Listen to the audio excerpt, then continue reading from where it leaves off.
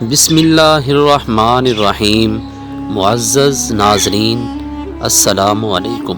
1857 میں بہادر شاہ ظفر کے بعد وائسرائے یا گورنر جنرل کا نظام آیا۔ 1857 سے لے کر 1947 تک جتنے بھی برٹش وائسرائے آئے اور انہوں نے کتنا عرصہ حکومت کی۔ برٹش کی وہ کمپنی جو انڈیا میں ٹریڈ کرنے آئی تھی، اس کو ایسٹ انڈیا کمپنی کہتے تھے۔ برٹش پارلیمنٹ کی کیبنٹ کا وہ منسٹر جو سب کو ڈیل کیا کرتا تھا، secretary of state of India کہلاتا تھا۔ وائسرائے اور گورنر جنرل میں کیا ڈفرنس ہوا کرتا تھا؟ یہ اس وقت دونوں ایک ہی پوسٹ ہوا کرتی تھیں۔ اس پوسٹ پر جو بندہ کام کرتا تھا وہ بھی ایک ہی آدمی ہوا کرتا تھا۔ جب وہ ایک ہی آدمی گورنمنٹ کو کنٹرول کرتا تھا، اس وقت اس کو گورنر جنرل کہتے تھے، اور جب یہی آدمی ایسٹ انڈیا کمپنی کے چارٹر کو کنٹرول کرتا تھا، اس وقت اس کو وائسرائے کہتے تھے۔ ایسٹ انڈیا کمپنی نے ہندوستان کے تمام صوبے اور کئی ریاستیں یکے بعد دیگرے اپنی حکومت میں شامل کر لی تھیں۔ ویڈیو شروع کرنے سے پہلے آپ سب لوگوں سے گزارش ہے کہ ہمارا یہ چینل کیپٹل کلیکشن سبسکرائب کر کے ہماری حوصلہ افزائی کریں۔ پہلا وائسرائے جو 1858 سے لے کر 1862 تک رہا، جس کا نام لارڈ کیننگ تھا۔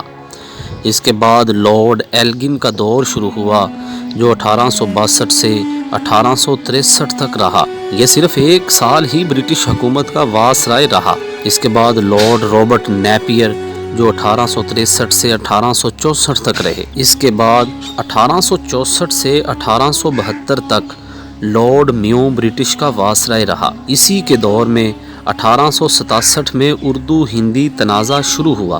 ہندو رہنماؤں نے مطالبہ کیا کہ یہ سرکاری عدالتوں اور دفاتر میں اردو کو یکسر ختم کر دیا جائے اور اس جگہ ہندی کو سرکاری زبان کے طور پر رائج کر دیا جائے۔ اسی دور میں سر سید احمد خان نے 1863 میں غازی پور میں وکٹوریہ اسکول بھی قائم کیا اور 1864 میں سائنسی سوسائٹی مسلمانوں کے لیے قائم کی۔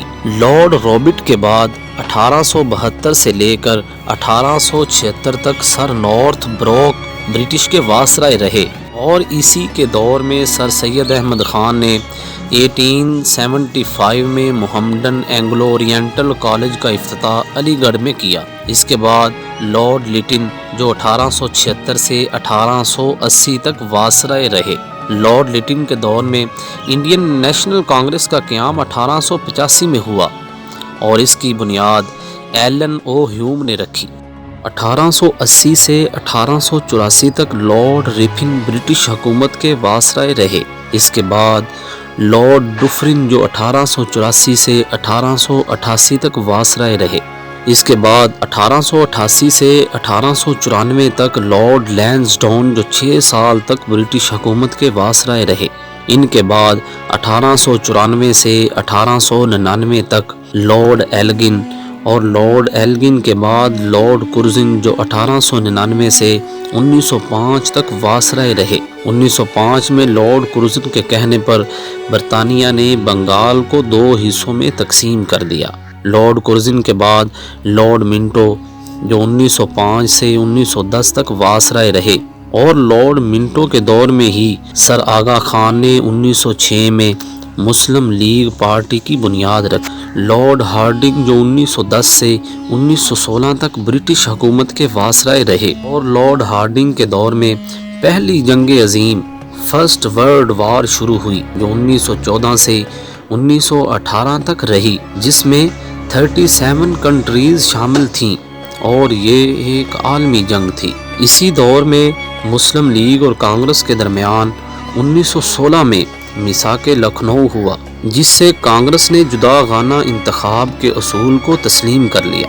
لارڈ ہارڈنگ کے بعد 1916 سے 1921 میں لارڈ چیمز فورڈ وائسرائے آئے۔ اس کے بعد لارڈ لیڈنگ جو 1921 سے 1926 تک وائسرائے رہے۔ لارڈ لیڈنگ کے بعد 1926 سے 1931 تک لارڈ لرون آئے جو 5 سال برٹش حکومت کے وائسرائے رہے۔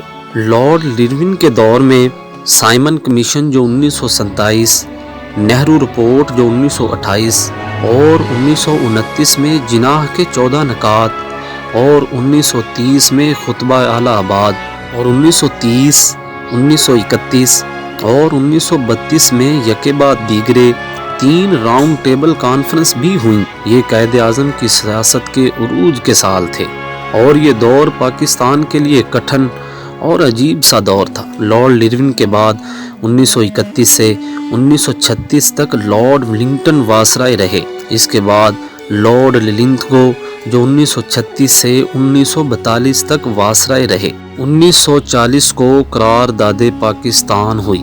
یہ تاریخی قرارداد تھی جس میں مسلم لیگ نے برِ صغیر میں مسلمانوں کے لیے علیحدہ وطن کا مطالبہ کیا۔ قرارداد پاکستان ہونے کے بعد 1942 سے 1947 تک لارڈ ویول برٹش حکومت کے وائسرائے رہے۔ یہ دور بھی ایک تاریخی دور تھا۔ لارڈ ویول کے بعد آخری وائسرائے لارڈ ماؤنٹ بیٹن جو 13 مارچ سے 14 اگست 1947 تک رہے اور اس وقت پاکستان ایک علیحدہ ملک بن چکا تھا۔